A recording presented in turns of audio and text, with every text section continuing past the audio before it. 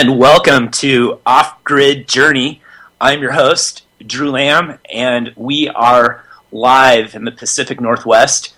I had to air a rerun last week for the 4th of July, but that was one of my favorite episodes with Penn Parmenter. And today, we have a jam-packed episode. Today, my guest is Ian Woofenden. Ian has lived off-grid with wind electricity, solar hot water, and wood heat on an island in the Pacific Northwest for more than 30 years, where he raised his large family, ran multiple businesses, and now focuses on educational work in the renewable energy industry. His roles in the industry are senior editor for Home Power magazine since 1998, where he writes about wind electricity and other renewable energy topics and works with authors and readers. Program director and primary instructor for Northwest and Costa Rica renewable energy workshops since 1996. Wind electricity instructor for various nonprofit and private institutions. Occasional tower jockey and crew member for wind electric system installation teams. Co-author of Power from the Wind by Dan Chiras and author of Wind Power for Dummies.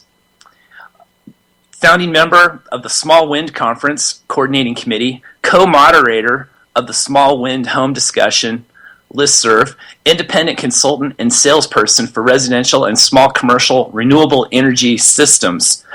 His websites are homepower.com, smallwindconference.com, and renewablereality.net. Ian, welcome to the show. Thank you, Drew. Good to be here with you. Well, I think I truly have an expert. I think I hit the jackpot as far as finding the right person to cover these topics. I was first exposed to renewable energy. It must have been when I was in my early teens in the 80s. My grandfather always tried to stay on the cutting edge of this sort of thing, and he had a solar water heating system put up on the roof of the house, and that system just kept going strong for a couple of decades. As he got older, he didn't mess around with it too much and removed it. And as of recent, I've been exploring these topics as I push toward moving myself and my farm off grid. And given the type of farming that I do with aquaponics, it makes me very nervous being dependent upon the grid. So I'm always trying to devise systems that make the farm independent, like water pumps and heating and whatnot.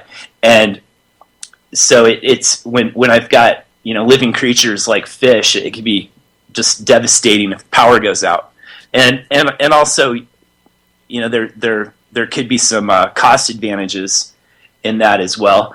It seems to be becoming more and more affordable to go off grid, either all or partially off grid. I built a few small systems at home that I use in my greenhouse. I built a little system that powers some LED lights, and it works really well. I was really pleased. I wanted to prove to myself that I could do it, so I took on the little project. And as I was studying this, Ian, I realized that a lot of the people that put up YouTubes on how-tos and whatnot, I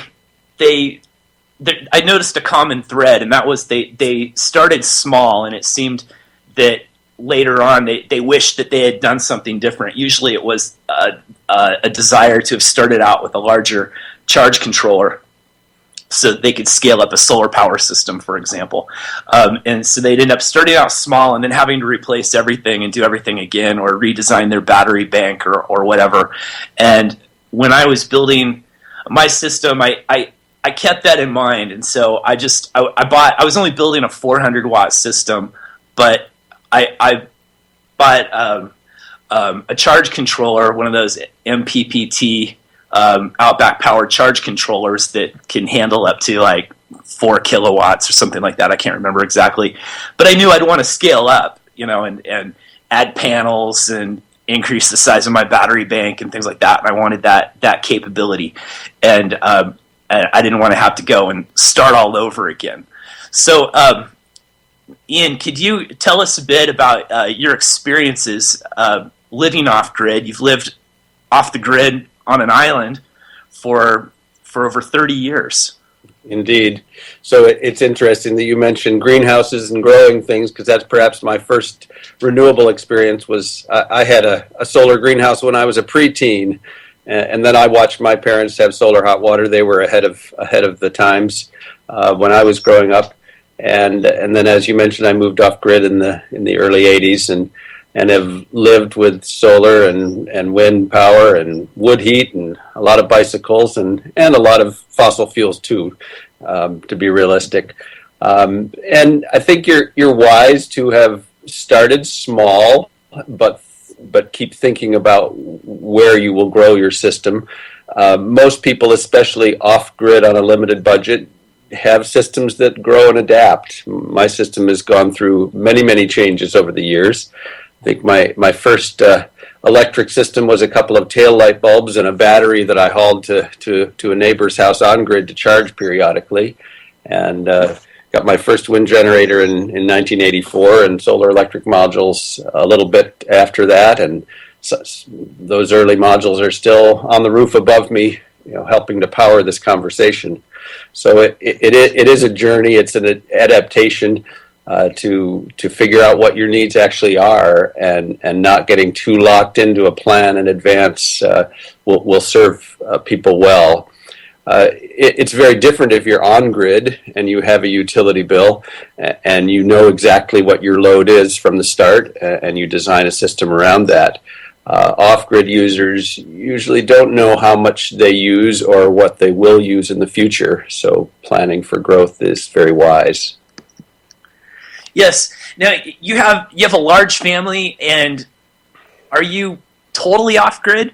That's a great question. First of all, my family's all grown. Okay. So they're off in the world doing their own things. A couple of them in the solar industry, actually. You need to define what you mean by off-grid. Under normal circumstances, what we mean is you're not connected to the electricity grid. Yes. And that is absolutely true. I've never been connected on the homestead here. But I have a telephone line that comes in, which I no longer use because of cell phones. I have a cable line that comes in, which provides me the internet connection we have. And I would say I'm a little bit on the propane grid, since we use some propane for cooking when there's not wood heat, and we use propane for the backup generator, and we use propane for backup water heating. So it depends on what you mean. I think a lot of times people say off grid, and what they mean is using renewable energy, and right. And truly, most of my clients would not be wise to be off grid, because the utility is there and available, and it's a great place to put your surplus renewable energy if you're close to the grid and it's not expensive to connect. But many people, either for philosophical reasons or practical reasons, decide not to connect to the utility. And the utility is about a quarter of a mile away from me, and would probably cost in the range of $15,000 or $20,000 to bring in. And I don't have any desire or great need to do that. But other neighbors and clients of mine do spend that much to bring the grid in, because it makes more sense in their situation. The advantage of being off-grid, I would say, primarily is independence, self-sufficiency, relying on your own skills and resources to make your energy and manage it.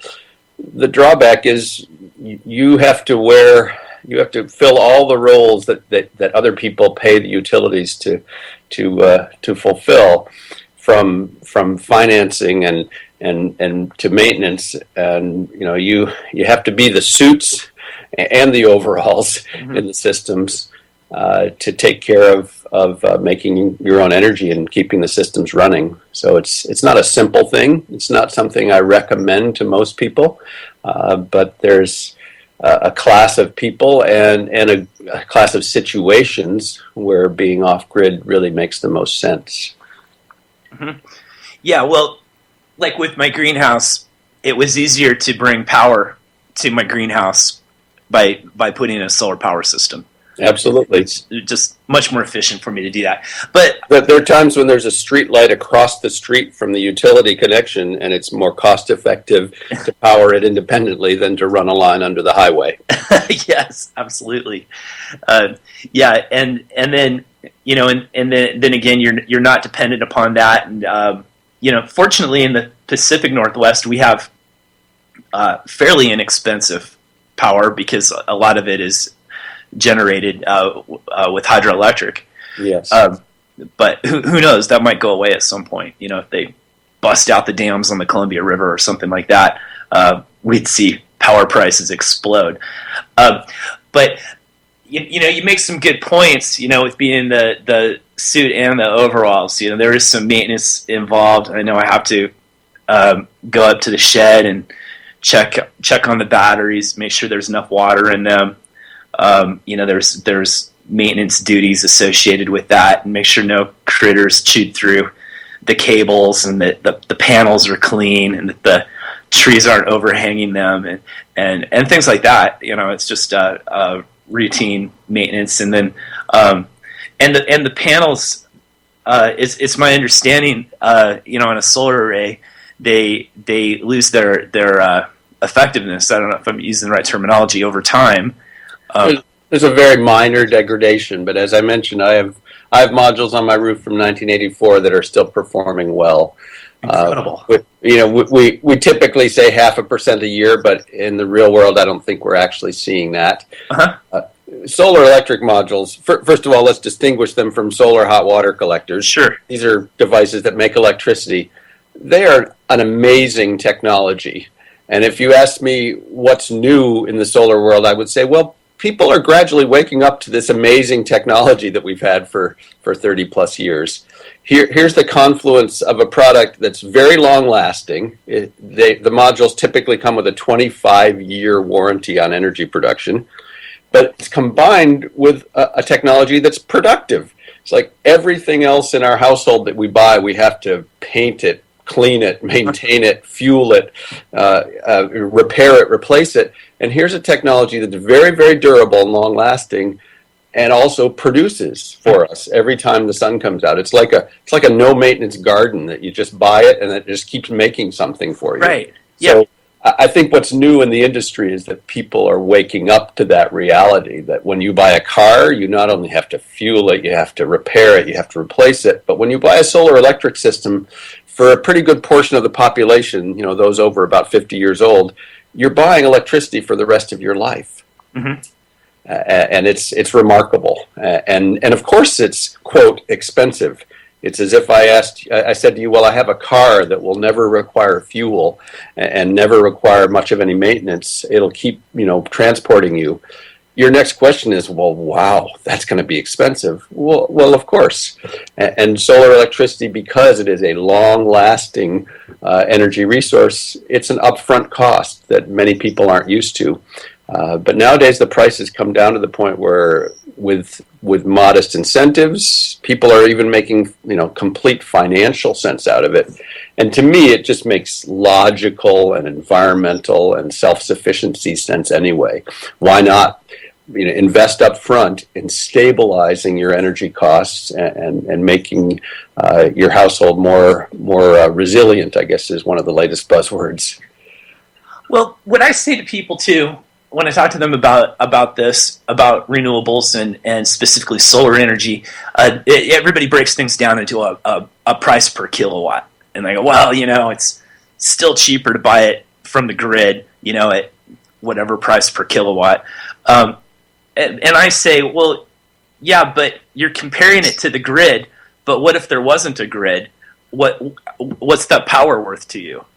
Yeah. Well, first of all, let's get our terms straight. Sure. We're talking about a price per kilowatt hour. Hour, exactly. Yeah, which is a completely different animal than a kilowatt, which is the rate of energy generation used. And by the kilowatt hour, and when you're working up your budget for one of these projects, you're looking at your cost per kilowatt hour, and it's and that's your primary metric, that's used to see if it's feasible or not. But if there was no grid, that value increases substantially. What is a kilowatt hour worth to you? True. That's what it's really all about. And I'd also encourage your listeners not to just stick energy into a dollars only category. Sure. In fact, when we buy almost everything else, dollars isn't our primary motivation. When we buy a car, we want reliable transportation, we might want style, we might want status, we might want speed. When we buy clothing, we don't just go into the clothing store and say, give me the cheapest. We don't go into the food store and say, give me the cheapest, because we know intuitively that the cheapest isn't the best, isn't the healthiest. And I think energy is the same thing. The biggest energy and environmental problem we have is poor pricing. We have energy that is priced on a very short-term basis, and it doesn't look at all the effects. And without getting too political, if we had the true cost of a kilowatt hour that included, protection of foreign oil in the military, and nuclear waste, air pollution, water pollution, solar power would look very inexpensive. So we don't have a true price. And I think, again, people have different values. I talk to many, many clients, and some of them are only focused on money, but many are focused on environmental awareness. Others are focused on self-sufficiency. Some think, the society is going to collapse and they want a very reliable system. So each person has a different approach and a different motivation. And I encourage my clients and readers and students to look at the bigger picture and not just dollars. As we do with most things, you wouldn't buy a couch and just go in and say, hey, I just want the cheapest. So why do we do that with such a crucial thing as energy? Sure, it looks cheap now, but what about for the next generation? What about for the forest? What about for society? There's a bigger picture to look at. And when we look at the impact of renewables, it's minor compared to the potential impact and the present impact of other sources of energy. Yes, you make some really good points there. And it is hard to tell what the true cost of something is when you're dealing with government subsidies, and these things are funded through taxation, and so it conceals the true cost. And you look at, I don't want to get too deep into this topic on this show. I covered in depth on other shows, but you look at nuclear power plants like Fukushima, where you've got just an uncontrollable disaster happening right now, and massive pollution of the ocean and the air that will be around for thousands of years, and it might take 1,000 years for them to fix the problem. So, and that's the form of energy that they advertised as it was going to be too cheap to meter. Right. Yeah. It's looking pretty expensive right now. Yeah. It reminds me of a favorite bumper sticker that says, a solar energy spill is just called a nice sunny day. Yes. So I would imagine that you have a lot of cloudy days where you're out on an island off the coast of Washington State, and so you have to use other renewables like wind, I would imagine. Absolutely. Without wind power here, off-grid people use generators a lot or have to very heavily restrict their usage. And so, yes, I use solar electricity and wind electricity on the electrical side, and then a backup propane generator when necessary. But if I moderate my usage, if I'm willing to be flexible about my winter usage, I can end up only using the generator maybe a dozen times in a year. If I'm not willing to moderate my usage, I might use it twice a week. So it really brings up the point of people who are off-grid must be willing to either spend a lot of money to make a very large system, or they need a backup, or they need to change the way they use energy. And what I've learned in 30 years of being off-grid is that there are lots and lots of times of surplus. Right now my batteries are full, and my solar electric array here, it's 11 in the morning, 11:30 in the morning, and my solar electric arrays are probably turned off. And I could go out and use my electric chainsaw. I can pump water. I could cook with electricity right now. It's something I wouldn't typically do because I have a surplus. Well, call me back in 6 months saying, well, if it's not windy out, I'm not going to do laundry today. And certainly not going to cut my firewood at this time of year with my electric chainsaw because I'm in a shortage situation unless it's windy. So you need to be able to adjust to the seasons. And, you know, we do this in other parts of our life. We don't go to the beach to get a suntan in December in the Northwest. You know, we go to Hawaii. And we don't try to, you know, grow tomatoes outside that time of year either. So we change the way we use the resources. And that's what's really needed in an off-grid system, unless you're just made of money and or willing to just run a backup generator whenever you need to. Certainly you can design systems, if money's not an object, to run any load off-grid, anything. But realistically, you have to be concerned about what you're running when and you know, adapt to the resource. People need to be realistic. Like I mentioned to you before, I've received emails from people with questions about setting up solar power systems, and they usually have a small system or a small budget, and they'd want to they'd ask me how they could run an air conditioner in a bedroom or run the refrigerator. And when you start plugging in load demands like that, things change very, very rapidly. And if you're designing a very small system, that's not necessarily realistic. There's going to be trade-offs, and creature comforts are usually one of the first things that have to go if you are cash constrained. Yeah, it's Drew. It's really in the end, it's just math. Yeah, exactly. It's analyzing. I mean, the absolute first thing I would say to any person contemplating being off grid is to analyze your energy load. Actually, before even that, is to become literate about the terminology, about, you know, how we talk about energy, so you can think and talk sensibly, know the difference between a kilowatt hour and a kilowatt. But getting a handle on what the energy load is, and I like to speak in kilowatt hours per day. And, you know, the average wasteful American home uses in the 25 to 30 kilowatt hours a day range before we start talking about heating and air conditioning. Well, my off-grid home uses less than half of that. And it's because we've thought about energy efficiency all the way, and we've done some load shifting. You know, we don't cook with electricity. We don't heat space with it. We don't heat water with electricity. But you have to do some energy analysis and understand what your load is. And my typical strategy with my clients is get that load number, however we get it, whether it's from a utility bill or from a spreadsheet where we list all the loads, and then say, okay, here's what it would cost to do this completely on solar power. And typically, more in the past than in the present, but in the past, very often their jaw drops. Oh, we can't afford, you know, $120,000 for a system or $180,000. Okay, well now let's take the next step, which is energy efficiency. And if you're on grid, still wise to do energy efficiency. It makes financial and environmental sense.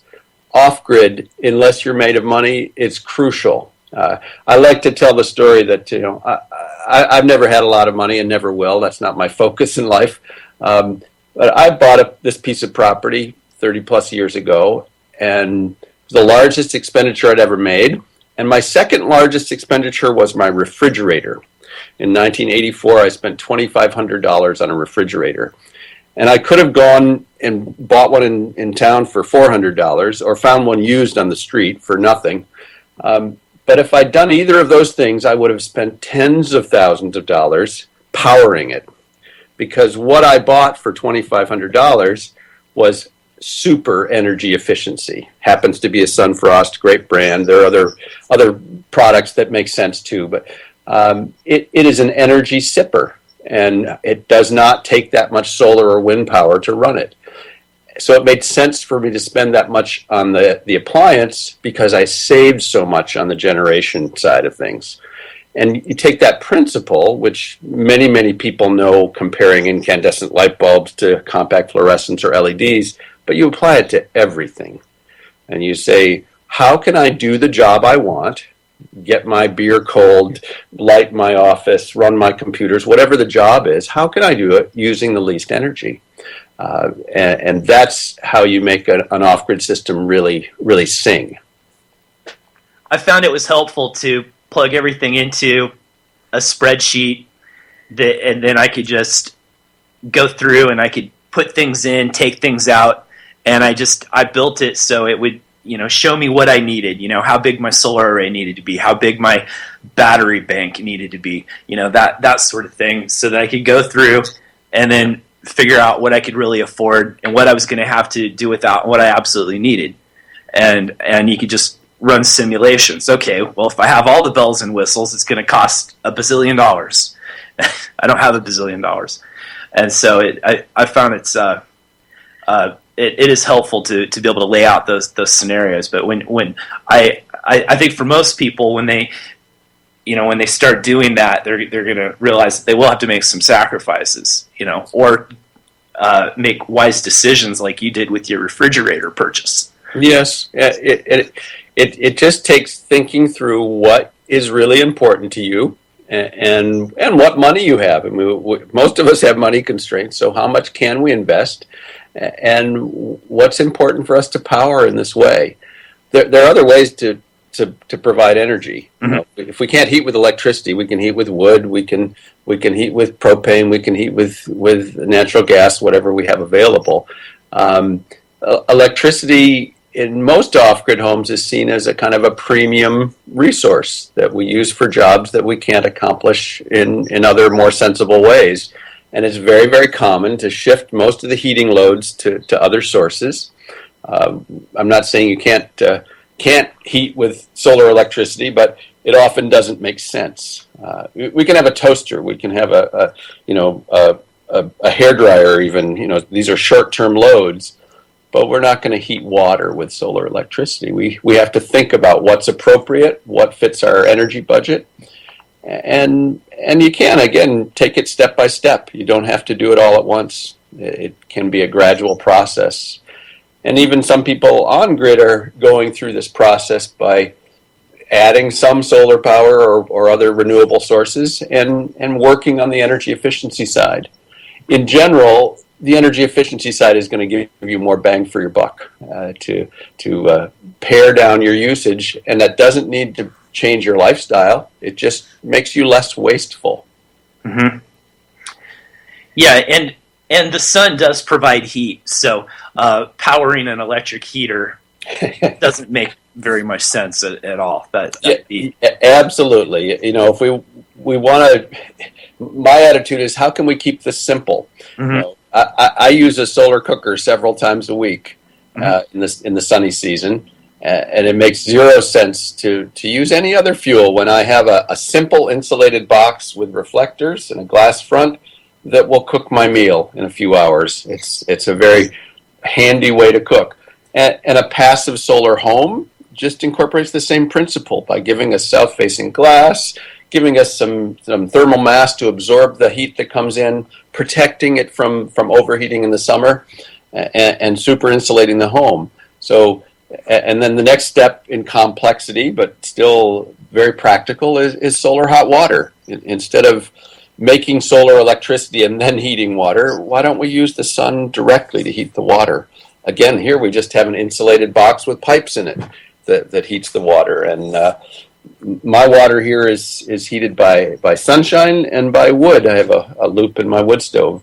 And between the two of them, I probably provide 80 to 90% of my hot water. And I have propane for those few times when I need more. Mm-hmm. Mm-hmm.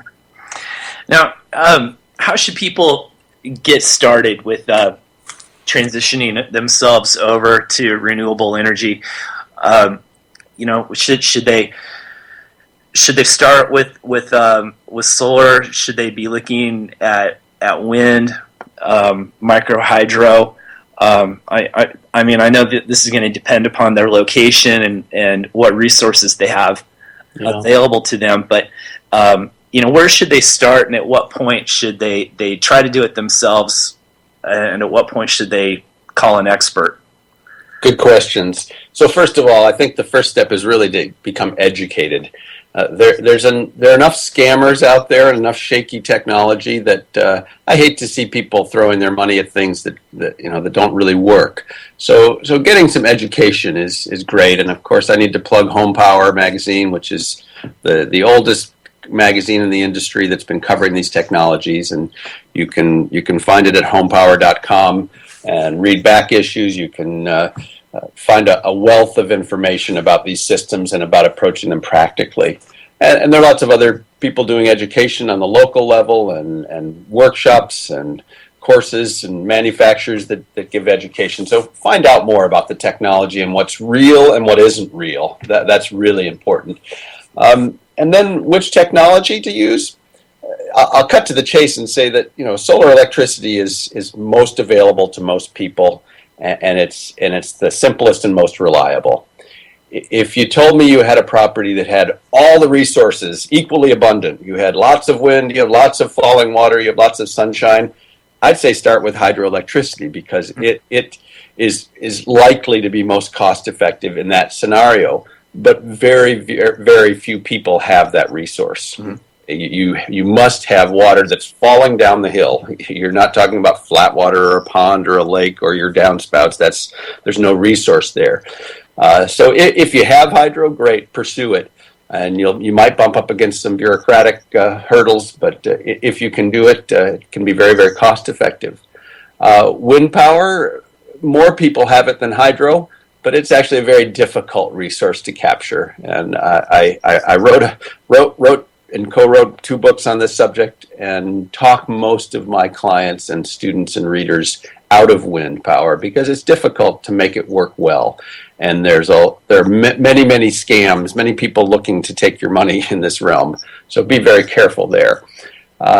So most people end up considering solar electricity and solar hot water, which are available to the highest number of people.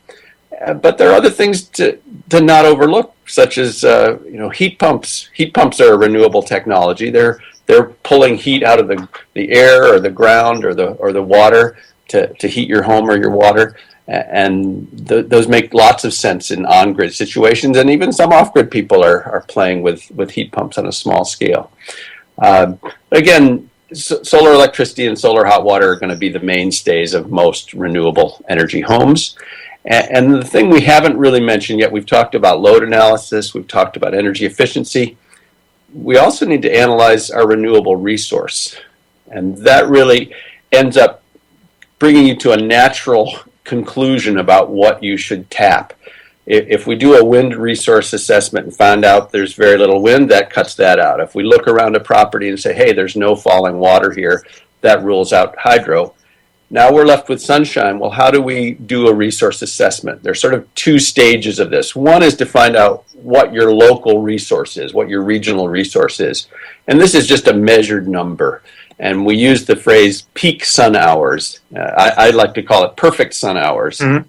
And it's a standard, and you can get online or find it used to be called the Red Book from NREL. But you can find what are your peak sun hours in your area. And where I live, it's about 4. In Seattle, it's about 3.5. And that's how many of these perfect sun hours do we get year-round average. So that's one part of the equation. And the other is where you're planning to install your solar electric array, how much sun is there? How much shading is there, in other words?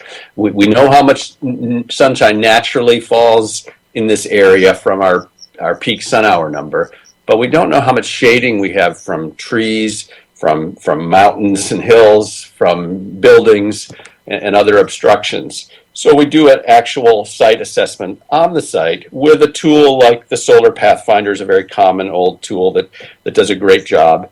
And it shows us, well, on this part of my roof, I'm actually shaded, 20% of the time. But if I move over here 50 feet, I get, 90% of the available sunshine.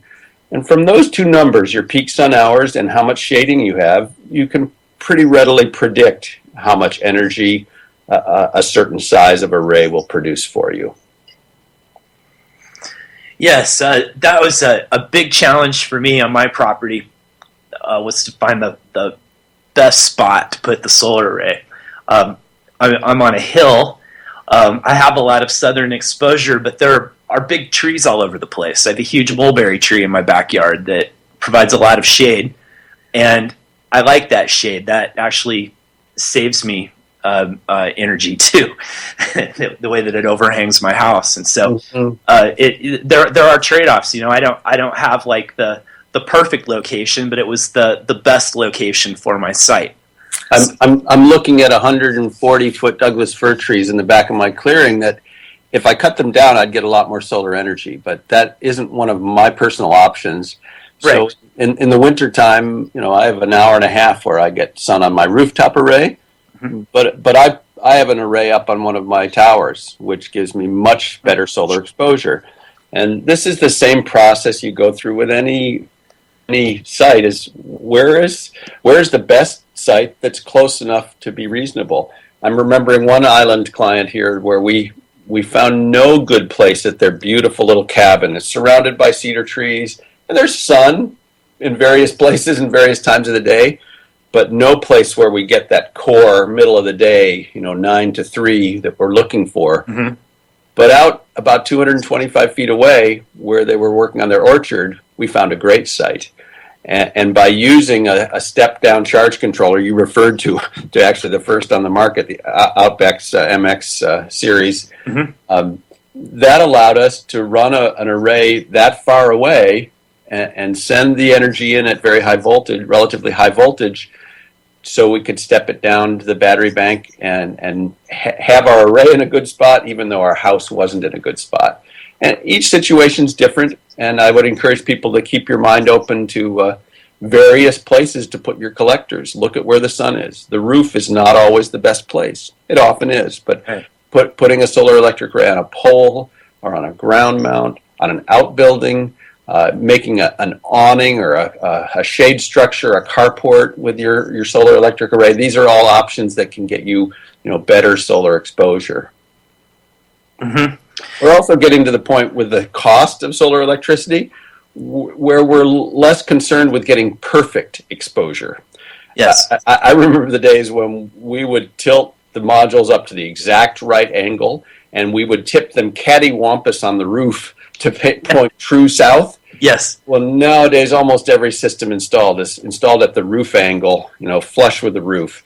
And even we're doing east and west facing arrays. They're not cheap enough to put on the north roof yet, but we're becoming less particular about the exact orientation because the price of the technology has come down, and we know that we're taking a little bit of a production hit, but it's not a deal breaker.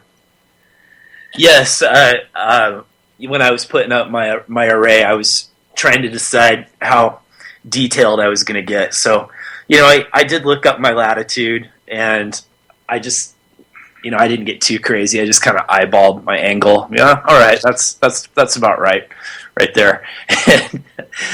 You can experiment with that, and the reality is that off-grid, most of us tilt our array to winter angle. My whole array is sitting at winter angle.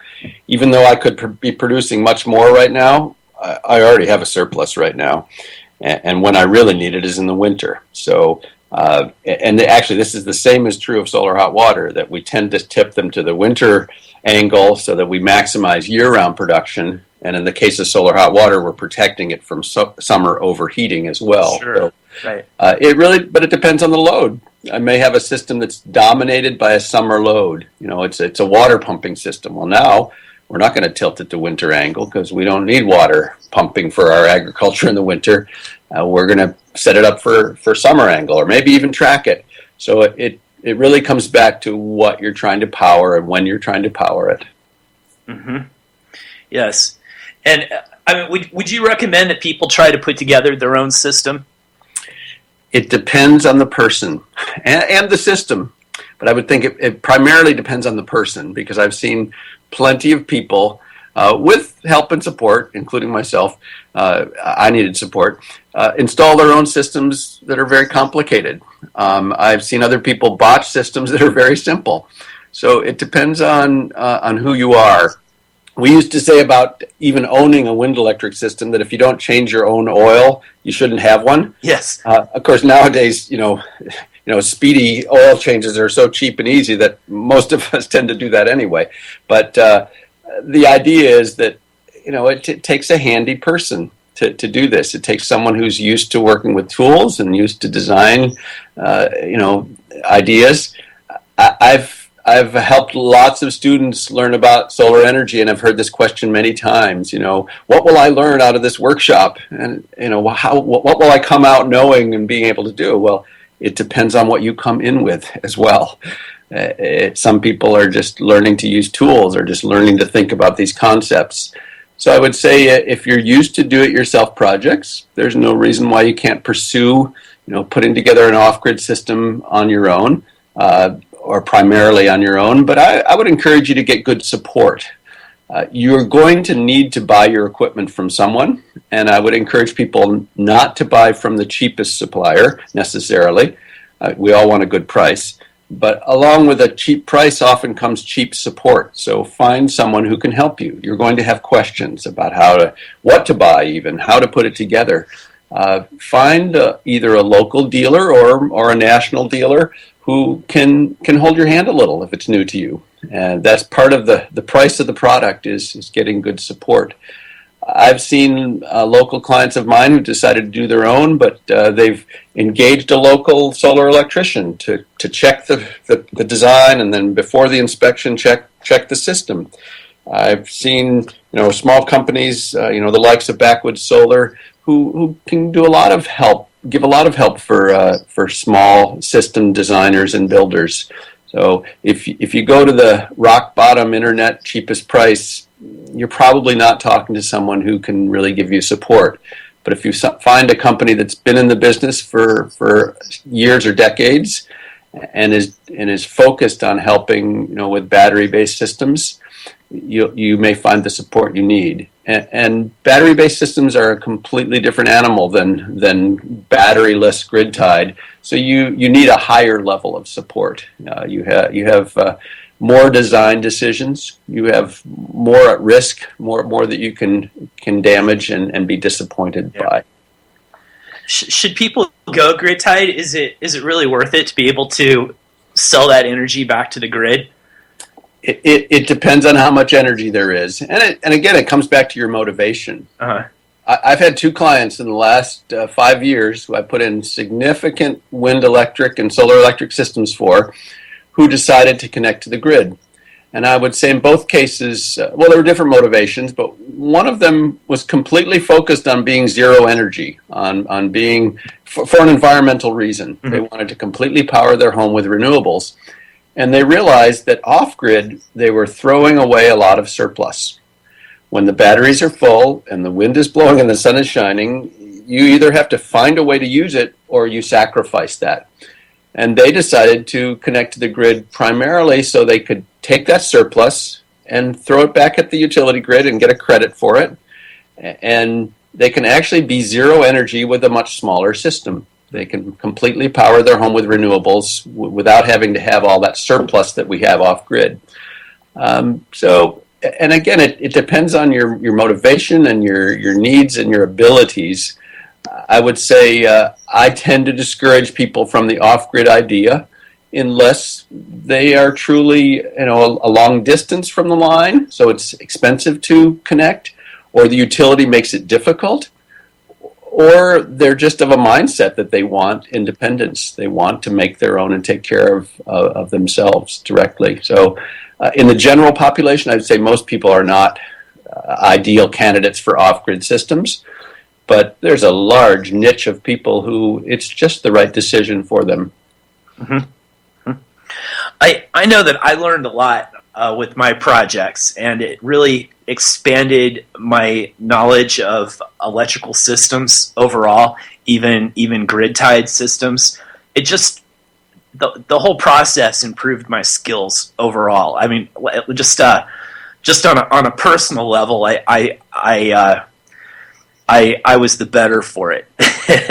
I'm very hands-on. I'm pretty handy, and so I enjoy projects like that. But especially when I'm learning something new, and I come out of that with more skills, And when I was designing my little system and putting my power board together with my circuit breakers and all that, it was really, I found it fulfilling. I liked it, but I'm not saying that I could put together a big project, something large enough to power my entire home, for example. I definitely need to learn a lot more before I could get to that point, if ever. And I think everyone who gets involved with these systems enjoys that learning aspect and the hands-on.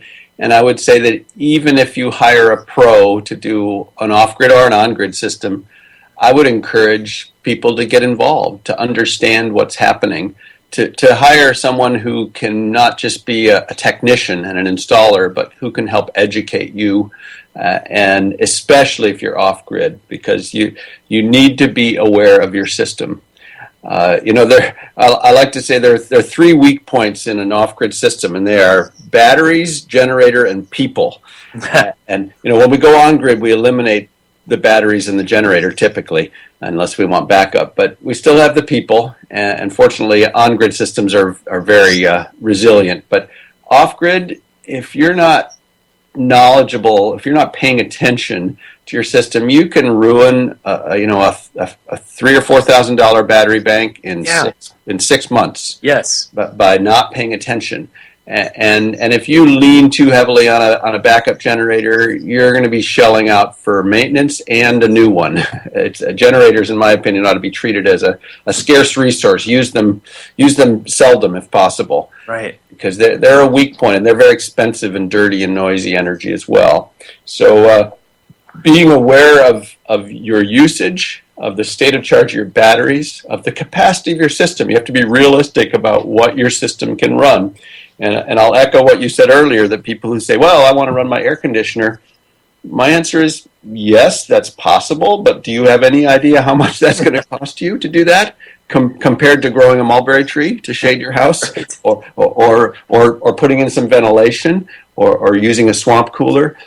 So again, it's down to math. Do the load analysis to find out how much energy you need, and then do the solar analysis to see how much solar resource you have, and then see what it's going to cost to power it. And my experience is most people change their usage. They make some adaptations about and decide what's really important to them when they're faced with paying the true cost of clean energy for their home.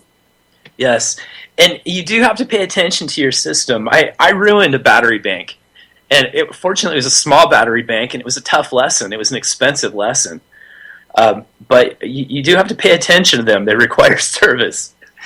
And I have several businesses, and I can get very busy, and I literally just spaced it. And you have to these need routine maintenance. You need to pay attention to them. It's not hard. But you have to be disciplined and know that you need to check on them. It's awareness, and I would encourage people to don't buy the top of the line battery bank for your first battery. Go buy golf cart batteries the first time. There's less risk. It's highly likely you're gonna ruin your early set of batteries. But also just awareness of your usage, especially if you're used to living on grid. I'm sitting next to a printer here, and if I leave this printer on 24/7, it's a serious load on my system. Oh. So there's a switch here that turns it off when I'm not using it. And that's just a simple little thing that most Americans just leave their printer on all the time.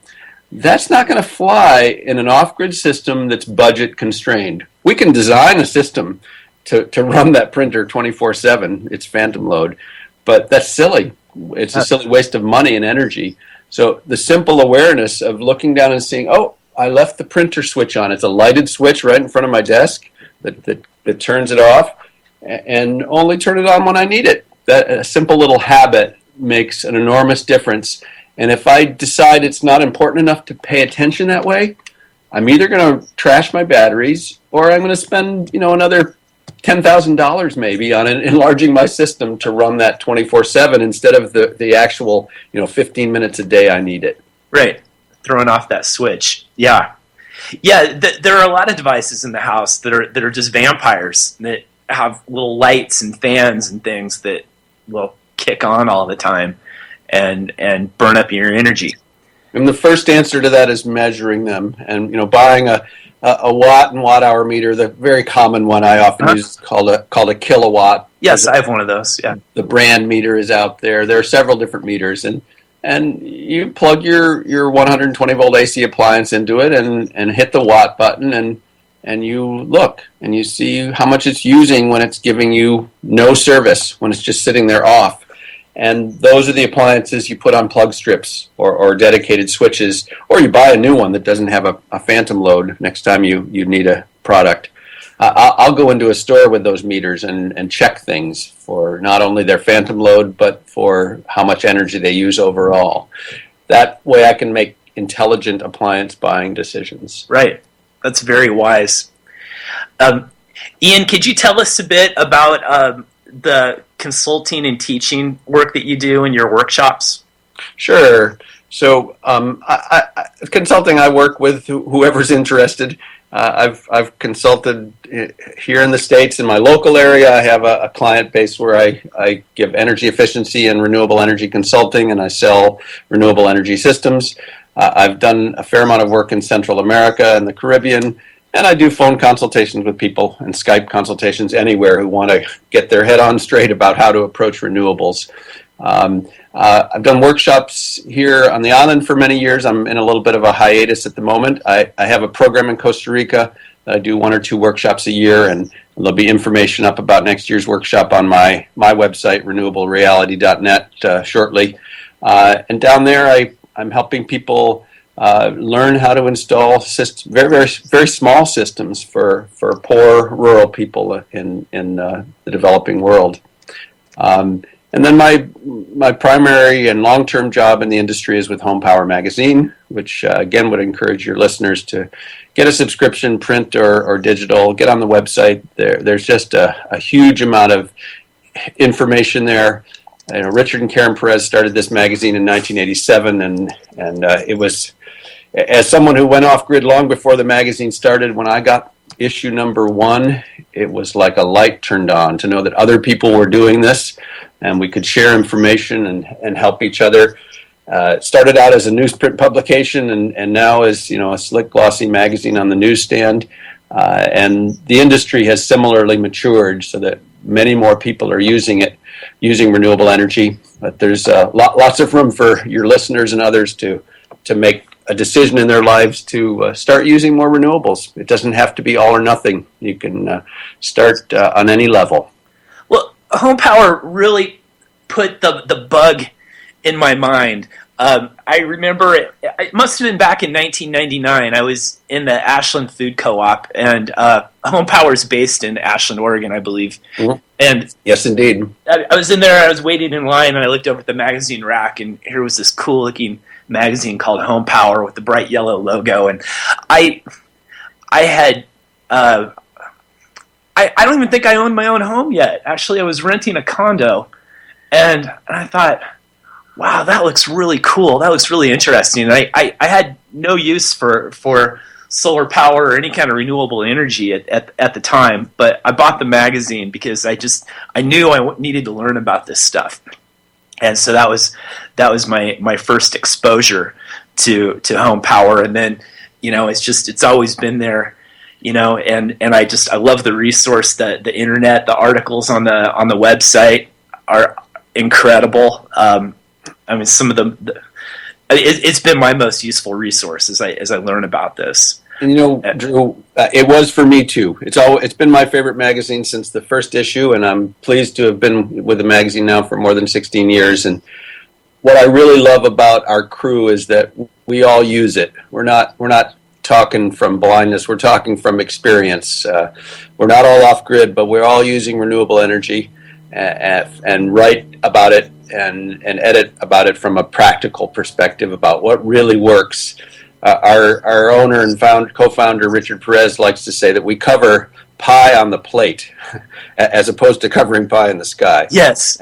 We cover the real world of renewable energy on the residential scale, and our sister publication Solar Pro covers the same issues for installers, for professionals, and we give people a realistic grounding in what's possible and what isn't possible. I hope it's inspiring to people. Absolutely.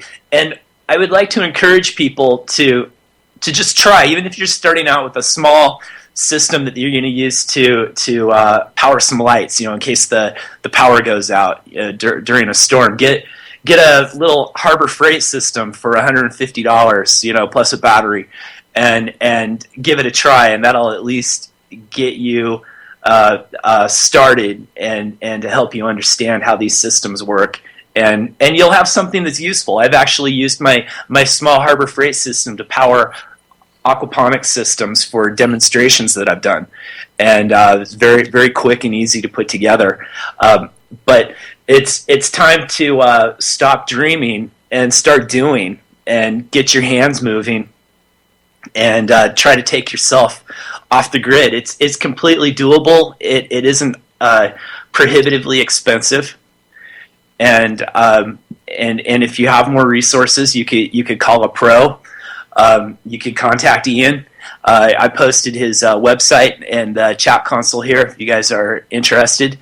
And check out Home Power Magazine. And we are coming up on the end of the show here. I think we've got about a minute left. Ian, would you like to make any closing comments? Well, I like what you said about starting small, and I'm reminded of a client I mentioned earlier in our conversation who has a solar and wind electric system that's approaching $100,000 in cost, that's powering his home here on the island. And he started by experiencing one solar electric module, what it would do for him. So starting small is a great way to go. Thanks for your time.